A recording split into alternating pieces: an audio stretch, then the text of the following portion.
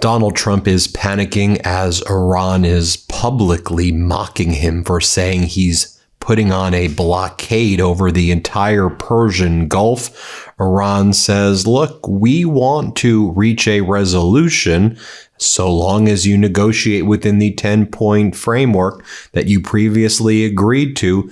But now that you're just escalating and talking about imposing a blockade, it's the reason why you can't do a deal with Donald Trump and his regime. It's the reason why negotiations failed in Islamabad. And now you're saying you're going to impose a blockade. You do realize that by doing that, you would only be further closing the Strait of Hormuz. So your plan to open the Strait of Hormuz is now to put a blockade on everyone internationally from doing any business, basically, in the Strait of Hormuz. I know the CENTCOM statement said, well, the blockade only applies to ships going into an Iranian port. Well, it's much more murky than that if you actually understand the flow of oil, because when you look at the Persian Gulf, oftentimes Iranian oil moves to other areas, and areas that are considered to depart from Iranian ports end up stopping by in nearby countries so that it doesn't just stop in an Iranian port. But okay, Trump regime and CENTCOM, you're doing a blockade 10 a.m. today. That's what you're saying. We'll see how long that actually lasts, because with everything, you've tended to back down right away. I mean, the Iranian social media accounts are posting things like this in response to U.S. CENTCOM's threats about imposing a blockade today. They write, you know you can't execute a blockade by posting on X, right? Like you have to actually bring your ships closer. That's what the United States has become right now. And it's so hard to kind of wrap our heads around how utterly weak. I know Trump's weak and pathetic, but you've got Iran mocking CENTCOM. Iran is mocking CENTCOM and saying, you know, if you want to do a blockade, CENTCOM, you got to move your ships closer. I mean, you remember 2 days ago during those failed negotiations in Islamabad, Pakistan, where CENTCOM posted that 2 Navy destroyers went through the Strait of Hormuz and engaged in a successful minesweeping operation. And then it turned out it was utterly false. And yesterday, video emerged of Iranian naval vessels approaching the U.S. naval destroyers saying, turn around or we will destroy you. And the U.S. naval destroyers complied and turned around. And then CENTCOM lied and claimed it was a successful mission. That is how weak and pathetic Donald Trump is, that is what he's turned our proud and strong Navy into. In the hands of a weak and pathetic human being like Donald Trump, even the strongest Navy, the strongest Army, the strongest military is reduced to becoming a Trumpian, bankrupted casino. It is a sad sight to see. Iran right now is saying, okay, though, you do that blockade. You know what we do next? We will shut down the Bab al-Mandeb Strait in the Red Sea. Not only can we control the Strait of Hormuz, but our proxies, the Houthis in Yemen, they're right there by the Red Sea, and we will shut down the other strait. And all oil flows will be completely shut down. So have fun with your $200 per barrel of oil there, Donald Trump. Ali Akbar Valiati, a former Iranian foreign minister and veteran diplomat known for his influence within the establishment, warned on Sunday that Unified Command of the Resistance Front views the Bab al-Mandeb Strait as it does Hormuz. By the way, the Resistant Front, that means the Houthis over there.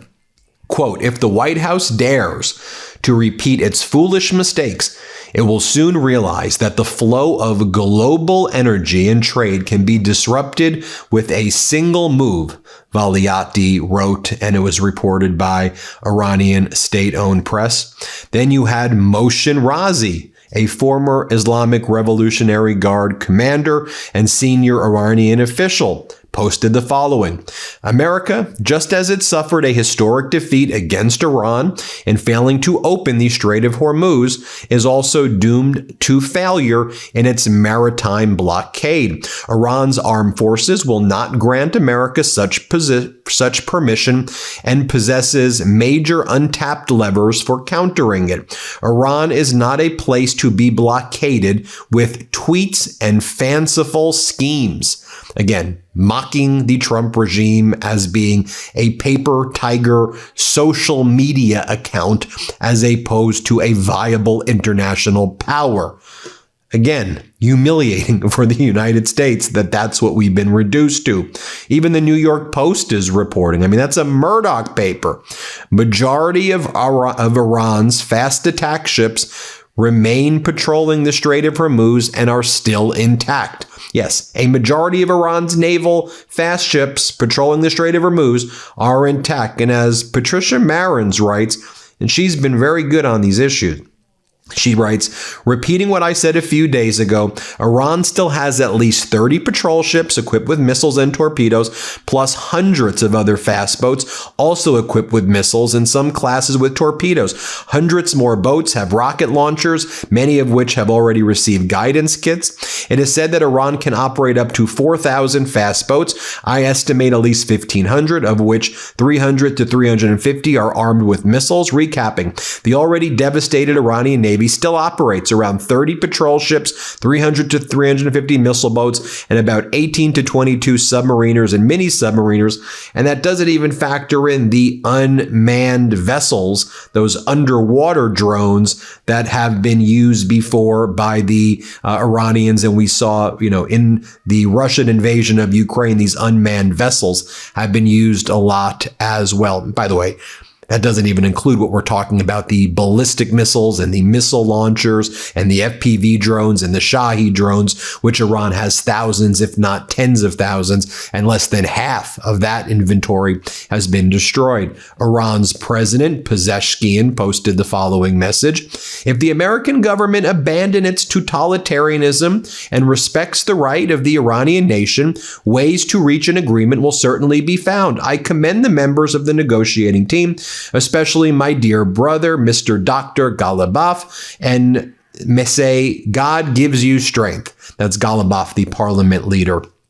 Iran's other social media accounts are posting things like this: naval blockade of Iran, Bab el-Mandab, coming soon. Again, referring to shutting down the Strait of Bab el-Mandab, the way they now control the Strait of Hormuz, but using the Houthis, who they consider part of their resistance front, to do that. Foreign Minister of Iran, Araghchi, posted the following message: in intensive talks at the highest level in 47 years, Iran engaged with the U.S. in good faith to end war. But when just inches away from the Islamabad Memorandum of Understanding, MOU, we encountered maximalism, shifting goalposts, and blockade. Zero lessons earned, or zero lessons learned. Goodwill begets goodwill. Enmity begets enmity. And also, NPR is reporting that cracks are forming inside the United States military, driven by low morale, ethical unease, and a growing number of service members choosing to retire early, declining to re-enlist, or walking away from their contracts regardless of the consequences. The GI Rights Hotline has seen call volume more than double since the Iran war began. The majority of callers are asking about conscientious objecting. I mean, just look at what some of the United States planes look like. Take a look right here at one of those big strato tankers and those big airplanes of the U.S. Air Force right there. You got the strato tankers, the C-130s. They all have these like bullet holes in them right now. The KC-135s, after recent losses and damages to its aerial refueling fleet during operations linked to the Iran conflict, the U.S. Air Force has reactivated a retired KC-135 tanker aircraft, which includes a 68-year-old strato tanker built in 1958, now undergoing maintenance for possible return to service. We did see a lot of U.S. Air Force transport activity heading to the Middle East last night I think that's worth noting as well. And MB Ghalibaf, Iran's parliament leader, posted the following message: enjoy the current pump figures with the so-called blockade. Soon you'll be nostalgic for $4 to $5 gas. And he posts a formula which talks about the compounding increase in oil prices with the Strait of Hormuz under their control and a Trump regime blockade. A few other things I want to point out as well. Iranian member of parliament who attended the Islamabad talks in Pakistan said America was not even really seeking an agreement. Mohammad Nabavian, deputy chairman of Iran's Parliamentary Security Commission and a member of the Iranian delegation in Islamabad, said the U.S. entered the talks without genuine intent to reach a deal. In a now deleted post on X, he said that Washington made 3 demands that Iran rejected: a shared stake, the joint venture Donald Trump wants to control the Strait of Hormuz, the removal of enriched uranium from Iran, and the suspension of Iran's right to enrich uranium for 20 years. So what's going on now? Well, Donald Trump says that he's considering his next steps against Iran in addition to the blockade. Wall Street Journal reports that the options include limited military strikes. A full-scale bombing campaign is on the table, but unlikely since it could destabilize the region and lead to a prolonged conflict again. The U.S. may also try this temporary blockade scheme and see if that works. Meanwhile, Israel is waiting for the command, and they said that they're ready to attack Iran on a given notice from Donald Trump. Former foreign minister of Iran is also saying, Javad Zarif says that Trump is clutching at straws. The worst gamblers don't know when to leave a losing table. This was a former foreign minister of Iran. Javad Zarif says, clutching at straws, blockading Hormuz, which is not blocked to help global economy. Another art of the deal masterstroke. The worst gamblers don't know when to leave the table. That leads me to last night, Donald Trump ranting and raving like a lunatic at Joint Base Andrews after coming back from Florida, where he was golfing on the taxpayer dime. A reporter asked Donald Trump, are there other countries who are willing to help with this blockade? The answer is no, but Donald Trump says, yes, they're all coming up. They're all coming to me. We're doing this routine again. Play this clip. They lied. Yeah, they're coming up and they're helping. Yeah, we have many other countries. A reporter then says, how long are we waiting for Iran to come back to the negotiating table? Because you said they're going to come back. And Trump's like, I don't care if they come back. Play this clip. The other night, Iran will not have a nuclear weapon. How long are you waiting for them to come back to the negotiating? Oh, I don't know. I don't care if they come back or not. If they don't come back, I'm fine. Their military is gone. Their missiles are largely depleted.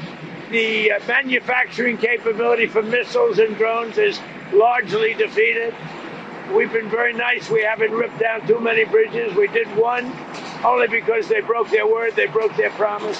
And remember, their promise was that they were going to open the Hormuz Strait. They didn't do it. They lied. Then Donald Trump says, but I can tell you, they're very desperate. Play this clip. You said Iran. I think Iran is in very bad shape. I think they're very desperate. We had a meeting that lasted 21 hours. We understand the situation better than anybody, and Iran's in very bad shape. And just so you understand, Iran will not have a nuclear weapon. Will not have. There is no way that they're going to get. They still want it. And they made that clear the other night. Iran will not have a nuclear weapon. And here's what he says about the blockade. Let's play it. Droppers are gone. We have a lot of people, as you know, at 10 o'clock tomorrow, we have a blockade going into effect. That'll be 10 o'clock tomorrow. Other nations are working so that Iran will not be able to sell oil. And that will be very effective. But what we want to do is we want to, and again, we don't need it. What we notice and what we see and what I think is maybe my idea, maybe not. I don't know. But there are many boats heading toward our country to fill up with oil and then go and take it. So they're not going to go through the Hormuz Strait. And ultimately that'll be corrected. But in the meantime, they're using us. We have more oil because of drill, baby, drill. We have more oil than Russia and Saudi Arabia put together. So if you look at Russia and Saudi Arabia, two big ones, we have much more oil than they have put together. And what's happening is boats are coming over here, filling up. We don't have to go through the Hormuz Strait.